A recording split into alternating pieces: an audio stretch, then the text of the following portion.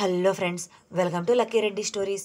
Please story విన్న తర్వాత like, comment, share and subscribe చేసుకోవటం మాత్రం మర్చిపోవద్దు. రుద్రనేత్రుడు స్టోరీని మొదటి భాగం నుండి వినాలి అనుకుంటున్నారా? అయితే నా ప్రొఫైల్లో ప్లేలిస్ట్లో ఉంటుంది, వినండి. ఇక స్టోరీలోనికి వెళ్ళిపోదాం. రుద్ర ఎలా వచ్చాడు అనేది కూడా రాజేంద్ర ఆలోచించలేదు. రుద్రని చూసిన మరుక్షణం తన చావు ఇక ఖాయమేమో అని ఒక్క క్షణం భయం వేసింది రాజేంద్రకు. అతను రుద్ర మీద ఎటువంటి యాక్షన్ కూడా తీసుకోలేకపోయాడు. అటువంటి ఒక రకమైన షాక్లో ఉన్నాడు అంటే కరెక్ట్గా సరిపోతుంది ఏమో అప్పుడు ఉన్న రాజేంద్ర సిచ్యువేషన్. రుద్ర నేత్రుడిలా మారిపోయి, రుద్రుడు ఎలా అయితే కోపం ఆవేశంతో శివతాండవం చేస్తుంటే ఈ భూలోకమే దద్దరిల్లిపోయినట్లుగా ఇప్పుడు రుద్ర కూడా చాలా ఆవేశంతో ఊగిపోయి రాజేంద్ర షర్ట్ కాలర్ పట్టుకొని ఎందుకు చేసావు ఇలా అని కూడా అడగాలి అని అనుకోలేదు. ఎందుకంటే రాజేంద్ర ఎందుకు చేశాడో రుద్రకి తెలుసు.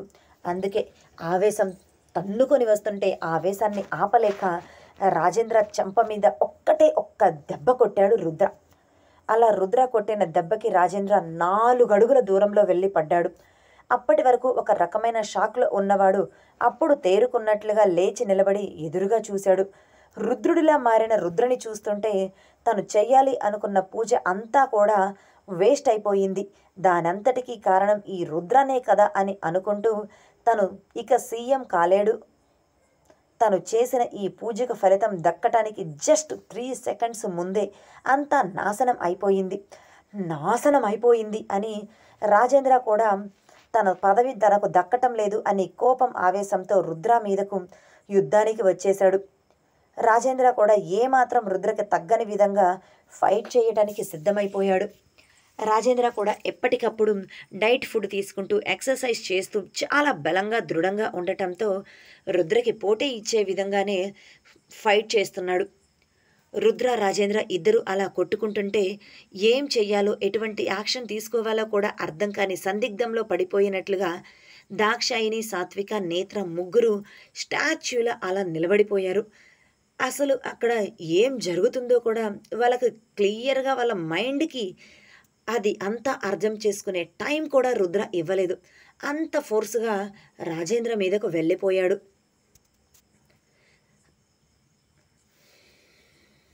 రుద్ర కొట్టిన దెబ్బకి రాజేంద్ర 4 అడుగుల దూరంలో పడటం, ఆ తర్వాత రాజేంద్ర లేచి రుద్ర మీదకు రావటంతో అప్పుడు తేరుకొని జరిగింది ఏంటో క్లియర్గా చుట్టూ చూస్తూ అర్థం చేసుకున్న ముగ్గురు కూడా అయ్యో యష్మి అంటూ ఏడుస్తూ రక్తంతో తడిచిపోయి ఉన్న యష్మి దగ్గరకు పరుగున వెళ్ళారు. దూరం నుండి అదంతా వీడియో తీస్తున్న రమేష్కి కూడా అక్కడ ఏం జరిగిందో అర్థం కాలేదు.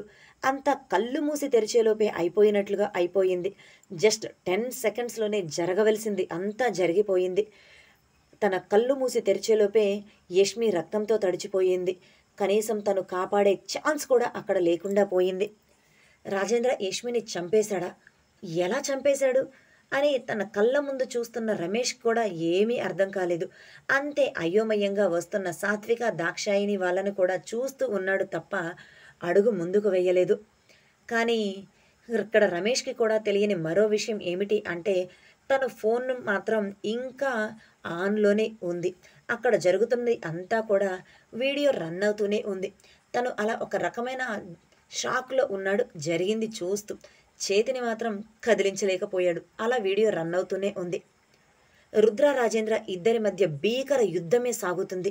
వాళ్ళిద్దరూ తండ్రి కొడుకులు అంటే ఎవరు నమ్మరేమో బద్ధ శత్రువుల్లా మారి ఇద్దరు ఒకరిని ఒకరు కొట్టుకుంటూనే ఉన్నారు. చూస్తూ ఉన్న రాహుల్కి అయితే ఏమీ అర్థం కాలేదు. అంతా అయోమయంగా అనిపించింది. యష్మి రక్తంతో కనిపించటం, ఆ తర్వాత సెకండ్ గ్యాప్లోనే రుద్ర మెరుపు వేగంతో రాజేంద్ర దగ్గరకు రావటం, అతని షర్ట్ కాలర్ పట్టుకుని పైకి లేపటం, ఆ తర్వాత రాజేంద్రను కొట్టడం, రాజేంద్ర దూరంగా పడటం. ఇప్పుడు రాజేంద్ర రుద్ర ఇద్దరు ఫైట్ చేసుకోవటం చూస్తుంటే తనకు ఏమీ అర్థం కాలేదు. అయోమయంగా ఉంది. అడుగు కూడా ముందుకు వెయ్యలేక అలానే నిలబడిపోయాడు. అలా ఒక్క నిమిషం గ్యాప్లోనే ఇది అంతా కూడా జరిగిపోయింది. ఆ తరువాత తేరుకున్న రాహుల్ పక్కన ఉన్న 4 రౌడీలను పిలిచి, ఏంట్రా అలా చూస్తూ ఉన్నారు, వెళ్ళి వాడిని కొట్టండి అని రాహుల్ ఆర్డర్ వేయటంతో అప్పుడు అక్కడ ఉన్న 4 రౌడీలు కూడా రుద్ర మీదకు ఫైట్ చేయడానికి వెళ్ళారు. అది గమనించిన నేత్ర ఆ రౌడీలు నలుగురు కూడా రుద్ర దగ్గరకి వెళ్ళనివ్వకుండా వాళ్ళతో నేత్ర ఫైట్ చేస్తూ ఉన్నాడు. రాజేంద్ర రుద్ర మధ్యలోనికి ఎవరిని వెళ్ళనిచ్చే ఛాన్స్ కూడా నేత్ర ఇవ్వటం లేదు. సాత్విక దాక్షాయిని ఇద్దరు యష్మి దగ్గరకు వెళ్ళి యష్మి యష్మి అంటూ ఆమె ఫేస్ తడుతూ పిలుస్తూ ఉన్నారు. కానీ యష్మి మాత్రం కదల్లేదు, పలకలేదు. అలా జీవత్సవంలా పడిపోయి ఉంది. యష్మి అంటూ దాక్షాయిని యష్మిని తన ఒడిలోనికి తీసుకొని, ఏం జరిగిందే నీకు? మేము వచ్చేలోపే అంతా జరిగిపోయిందా?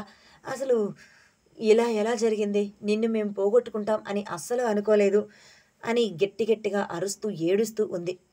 సాత్విక పక్కనే వాళ్ళ వైపే కూర్చొని చూస్తూ ఉన్న మాంత్రికుడిని కోపంగా చూస్తూ, నువ్వేనరా ఈ పూజ చేసి మా యష్మిని చంపేసింది అంటూ మాంత్రికుడి చెంప మీద ఒక్కటి పీకింది కోపం ఆవేశం తట్టుకోలేక.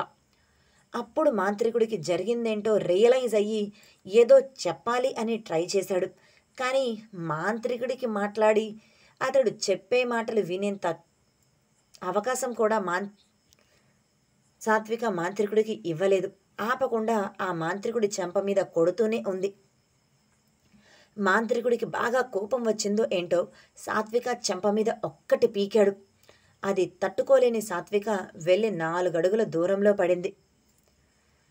మాంత్రికుడు సాత్విక చెంప మీద కొట్టిన చూసిన దాక్షాయిని కోపంగా యష్మిని కింద నేల మీద పడుకోబెట్టి, ఏరా చేసిందే ఎదవ పని, మరలా ఎందుకు ఇలా చేశావు అని అడిగినందుకు నా కోడల్ని కొడతావా అంటూ మాంత్రికుడి మీదకు వెళ్ళింది దాక్షాయిని.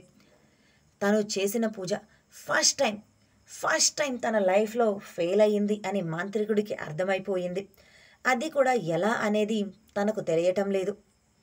ఏం జరిగిందో తెలుసుకునే లోపే యష్మి రక్తంతో తడిచిపోయింది. రాజేంద్ర మీదకు రుద్ర యుద్ధం చేస్తూ కనిపించాడు. ఇక తన మీదకు సాత్విక రావటంతో కోపంతో ఆమెను కొట్టాడు. ఇప్పుడు దాక్షాయిని కూడా అతని మీదకు రావటంతో ఆమెను కూడా కొట్టాడు మాంత్రికుడు. అత్తాకోడలు ఇద్దరూ కూడా ఒకే చోట పడ్డాడు. ఇద్దరూ ఒకరికి ఒకరు చూసుకున్నారు. ఆ తర్వాత కోపంగా మాంత్రికుడి వైపు చూసి అలా మాంత్రికుడిని కొట్టడానికి ఏదైనా కర్ర దొరుకుతుంది ఏమో అని అటూ ఇటూ చూశారు. కానీ వాళ్లకు కర్ర లాంటివి ఏమీ కనిపించలేదు. కర్ర దొరకపోతేనేమి, అక్కడ ఉన్న అడవి లాంటి నేల కావటంతో రాళ్ళు మాత్రం బాగానే కనిపించాయి. చిన్న చిన్న రాళ్ళు, పెద్ద పెద్ద రాళ్ళు అనే డిఫరెన్స్ ఏమీ లేదు. మాంత్రికుడిని వదిలిపెట్టకూడదు అనుకున్నారు. అందుకే ఆ చిన్న రాళ్ళు, పెద్ద రాళ్ళని అన్నింటినీ మాంత్రికుడి మీదకి గ్యాప్ కూడా లేకుండా విసిరేయటం స్టార్ట్ చేశారు. ఏయ్, ఏం చేస్తున్నారు అని మాంత్రికుడు గట్టిగా అరుస్తున్నా వాళ్ళిద్దరూ పట్టించుకోలేదు. వాళ్ళ పక్కన ఉన్న రాళ్ళన్నీ తీసి అతడి మీదకు ఆపకుండా విసిరేస్తూనే ఉన్నారు. అక్కడ జరిగేది అంతా చూస్తున్న రాహుల్కి ఇక ఇక్కడి నుంచి నేను తప్పించుకోకపోతే నా చావు ఖాయం అని అర్థమైపోయింది. వెంటనే అక్కడి నుంచి తప్పించుకోవాలి అని అనుకున్నాడో ఏమో, పారిపోవటానికి 4 అడుగులు ముందుకు వేశాడు. అంతే, కరెక్ట్గా రాహుల్ ముందుకి ఒక వ్యక్తి వచ్చి నిలబడ్డాడు. రాహుల్ ఎక్కడికి పారిపోవటానికి వీల్లేదు అన్నట్లుగా. రాహుల్ తన ముందు బలంగా బలిష్టంగా ఉన్న ఆ వ్యక్తి నిలబడటంతో భయంగా తల ఎత్తి చూశాడు. ఆ వ్యక్తి నవ్వుతూ, ఏంటి సార్, నా నుంచి తప్పించుకొని మీరు ఇక్కడికి వచ్చారు, కానీ నేను మాత్రం మిమ్మల్ని ఫాలో అవుతూ వచ్చేశాను అని నవ్వుతూ అన్నాడు. సురేష్, ఇప్పుడు నువ్వు నన్ను వదిలిపెట్టావంటే నీకు కావలసినంత మనీని నేను ఇస్తాను అని సురేష్కి మనీ ఆఫర్ చేశాడు రాహుల్. సురేష్ 2 చేతులు కట్టుకొని పూర్తిగా రాహుల్ వైపే చూస్తూ, నాకు మనీ కావాలి అంటే రుద్రగారు ఇవ్వరా? నేను అడిగితే ఎంత మనీ అయినా ఇస్తారు కదా. అయినా మీరు నాకు మనీ ఇస్తాను అని చెప్పటం నిజంగా చాలా విడ్డూరంగా అనిపిస్తుంది. మీ దగ్గరే మనీ లేక ఆ మనీ కోసం ఇదిగో ఇలాంటి పిచ్చి పిచ్చి పూజలు చేస్తున్నారు, మనీ వస్తుంది అని. అటువంటి మీరు నాకు మనీ ఇస్తారా అని సాగదీస్తూ అడుగుతూ ఒక్కొక్క అడుగు రాహుల్ వైపు వేస్తూ వచ్చాడు. రాహుల్ భయంతో సురేష్ నుంచి తప్పించుకోవటానికి అక్కడి నుంచి పరిగెత్తాడు. సురేష్ చేతుల్లో చిక్కితే ఖచ్చితంగా తన ప్రాణాలు గాల్లో కలిసిపోతాయి అని రాహుల్కి తెలుసు. పరిగెడుతున్న రాహుల్ని సురేష్ వదిలిపెడతాడా? వదిలిపెట్టే ఛాన్సే లేదు. అందుకే రాహుల్ వెనకే సురేష్ కూడా పరిగెత్తాడు. నిజానికి రాహుల్ని సురేష్ జస్ట్ 1 మినిట్లోనే పట్టుకోవచ్చు. కానీ అలా పట్టుకోకుండా ఎంత దూరం ఈ రాహుల్ పరిగెడతాడో చూద్దాం అని అన్నట్లుగా 2 అడుగుల గ్యాప్ డిస్టెన్స్ మెయింటైన్ చేస్తూ రాహుల్ వెనకే పరిగెడుతూ ఉన్నాడు సురేష్. సాత్విక, దాక్షాయిని ఇద్దరు మాంత్రికుడి మీద ఆపకుండా రాళ్ళు విసురుతూనే ఉన్నారు. మాంత్రికుడు అక్కడి నుంచి తప్పించుకోవాలి అని ఎంత ట్రై చేసినా కూడా అతడి వల్ల కాలేదు. చివరికి ఆ రాళ్లకు బలయ్యి అతడి ఫేస్ నుంచి రక్తం కారటం చూసిన అతడికి కోపం ఆకాశాన్నంటింది. మాంత్రికుడు కోపంగా పైకి లేచి వాళ్ళు రాళ్ళు విసురుతున్నా పట్టించుకోకుండా వాళ్ళ దగ్గరకు వచ్చి వాళ్ళ ఇద్దరి పీకలు పట్టుకొని పైకి లేపేశాడు ఆవేశంగా. ఆడవాళ్ళు అని మీతో పెట్టుకోవటం ఎందుకు అని సైలెంట్గా మాటలతో చెప్పాలి అని ట్రై చేస్తుంటే అసలు మీరు వినటమే లేదు అని మరింతగా తన పట్టుని బిగిస్తూ ఇద్దరిని గాల్లో పైకి లేపాడు. ఆ మరుక్షణమే వాళ్ళని వదిలేసి తన కాలిని గట్టిగా పట్టుకొని కింద నేల మీద కూలబడిపోయాడు మాంత్రికుడు. అతడికి ఏమైందో తెలియదు, కానీ కాలు మాత్రం కట్ అయ్యి రక్తం కారిపోతూ కనిపిస్తుంది. గాయం కూడా అతని కాలికి బాగా లోతుగా తెగిపోయినట్లుగా అవటంతో కనీసం కాలు తీసి కాలు కూడా పెట్టలేని సిచ్యువేషన్లో ఉన్నాడు మాంత్రికుడు.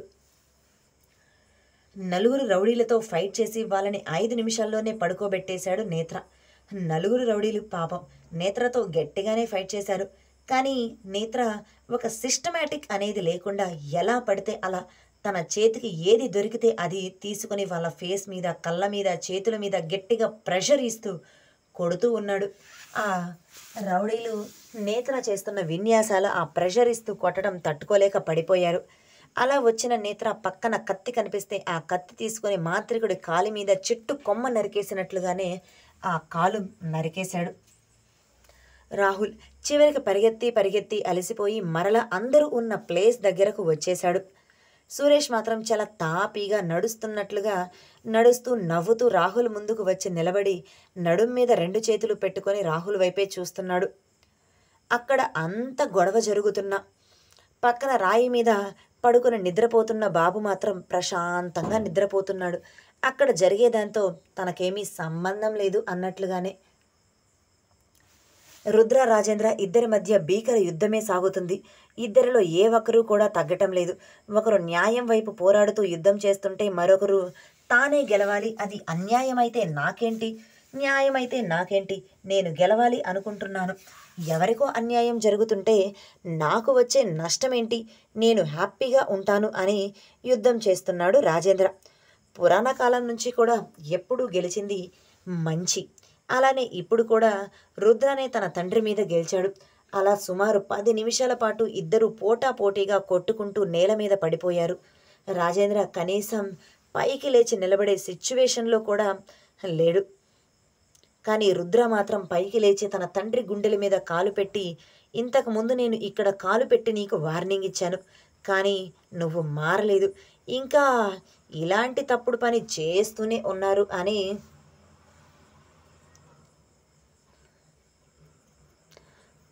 అన్నాడు రుద్ర.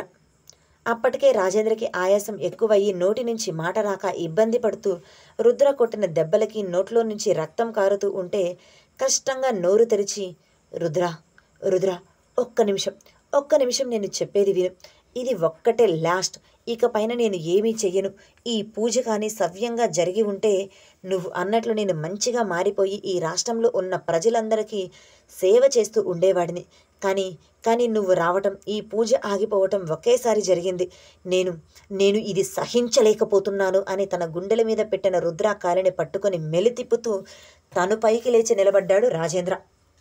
అలా రాజేంద్ర చేతుల్లో ఉన్న తన కాలిని లాక్కోవాలి అని రుద్ర అస్సలు ట్రై చేయలేదు. అదే కాలుతో రాజేంద్రని ఒక్క తన్ను తన్ని తను స్ట్రైట్గా నిలబడి, ఏంటి ఇలాంటి పూజలు చేసి నువ్వు మంచిగా మారతావా? అంటే ఇప్పుడు ఈ పూజ చేయటం వల్ల ఎవరికి ఏం నిరూపించాలి అనుకుంటున్నావు? నా భార్యను చంపి నాకే ఏదో మంచి చేస్తాను అని చెప్తున్నావా అని కోపంగా పిడికిలు బిగించి రాజేంద్ర ముక్కు మీద ఒక పంచ్ ఇచ్చాడు రుద్ర. అప్పటికే నోట్లో నుంచి ముక్కులో నుంచి రక్తం కారుతుంది. ఇంకా ఇప్పుడు రుద్ర తన ముక్కు మీద కొట్టడంతో తట్టుకోలేకపోయాడు. అతనికి నొప్పి నశాలానికి అంటుంది. గట్టిగా అరుస్తున్నాడు, రుద్ర ప్లీజ్ ప్లీజ్ నేను చెప్పేది ఒక్కసారి విను అని రాజేంద్ర చెప్తున్న రుద్ర మాత్రం గ్యాప్ కూడా ఇవ్వకుండా రాజేంద్ర ఫేస్ మీద ఆపకుండా కొడుతూనే ఉన్నాడు. అలా 2 నిమిషాల పాటు రాజేంద్ర ఫేస్ మీద రుద్ర కొట్టి అప్పుడు ఆపాడు. ఫేస్ అంతా రక్త సిద్ధమయ్యి ఆ రక్తం నేల మీద పడుతూ ఉంటే రాజేంద్ర ఏమీ చెయ్యలేని నిస్సహాయ స్థితిలోనికి పడిపోయి, ప్లీజ్ రుద్ర ఒక్కసారి నేను చెప్పేది విను అని కాళ్ళ వేళ పడుతూ కాళ్ళ బేరానికి వచ్చి రుద్రని రిక్వెస్ట్ చేస్తూ ఉన్నాడు. కానీ రుద్ర వినకుండా రాజేంద్ర షర్ట్ కాలర్ పట్టుకొని అక్కడ రక్తంతో తడిచిపోయి పడిపోయి ఉన్న యష్మి దగ్గరకు తీసుకొని వచ్చాడు. కరెక్ట్గా రుద్ర రాజేంద్రను అక్కడికి తీసుకొని వస్తున్నప్పుడే ఒక్కసారిగా అక్కడ మంటలు పెద్దవి అయిపోయాయి. పూరి గుడిసె తగలబడిపోతే ఒక్కసారిగా ఆ మంటలు ఎలా అయితే ఆకాశాన్ని అంటుకోవాలి అని పైకి ఎగబాగుతూ ఉంటాయో అలానే అక్కడ మంటలు కూడా అలా ఆకాశాన్ని తాకాలి అని ట్రై చేస్తూ ఉన్నాయి.